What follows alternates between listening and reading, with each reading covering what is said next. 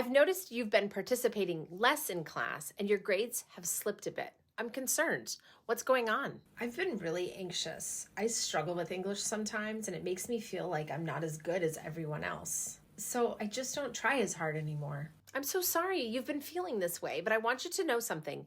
You're not alone in this, and your worth isn't tied to how perfect your English is. Learning a new language is tough, and it's normal to feel anxious or unsure sometimes. But that doesn't mean you're any less smart or capable. Everyone in our class is learning and growing at their own pace, including you. But I feel like I'm always behind, like I'll never catch up. Progress isn't always about being the fastest. It's about moving forward, even if it's one step at a time. Let's work on this together. We can set small goals, like participating once or twice in each class, or focusing on one assignment at a time. And remember, mistakes are just part of the learning process. They don't define you. I think I can try that. It's just hard to feel confident. Confidence will come with time and practice. And whenever you're feeling anxious or unsure, come talk to me. We'll figure it out together. You're not alone in this, and I believe in you.